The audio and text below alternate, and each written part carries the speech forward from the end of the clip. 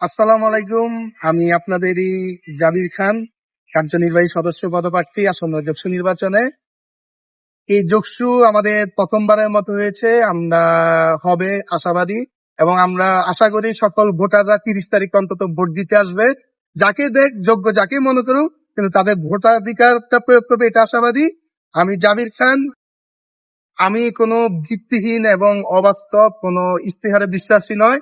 আমি দেখেছি অনেককেই এমন কিছু ইস্তেহার যেগুলা লিপিবদ্ধতেই সীমাবদ্ধ থাকে, বাস্তবতা কিছু নেই, যেগুলো আমাদের ভিসিসারও বাস্তবায়ন করতে পারবে না। ওগুলো ইস্তেহার দিয়ে মানুষকে ধোঁকা দেওয়ার একটা চেষ্টা করে।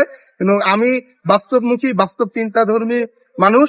আমি চাই একটা এমন ইস্তেহার দেখ মানুষ, যেটা বাস্তবতায় রূপান্তর করা যাবে।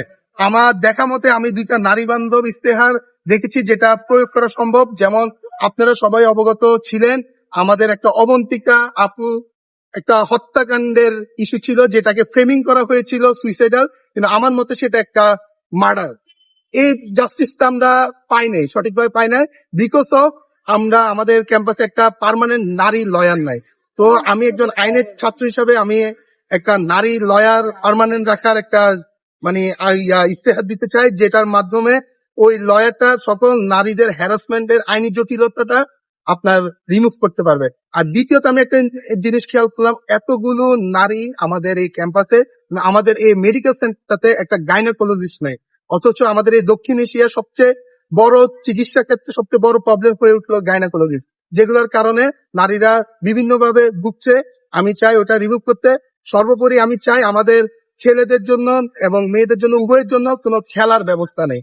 তো আমি চাই আমাদের এখানে বিভিন্ন ওয়ে আছে খেলার পসিবিলিটি বাইর করা, ওই ওয়ে গুলোর দিকে সামনে গিয়ে আমি ওই খেলাধুলার ব্যবস্থা এবং ক্রিয়াশীল মনোভাব সৃষ্টি করার চেষ্টা করছি।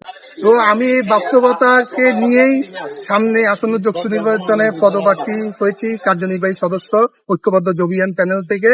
আমি আপনাদেরই জাবির খান। জাবির খান নামটা মনে রাখবেন।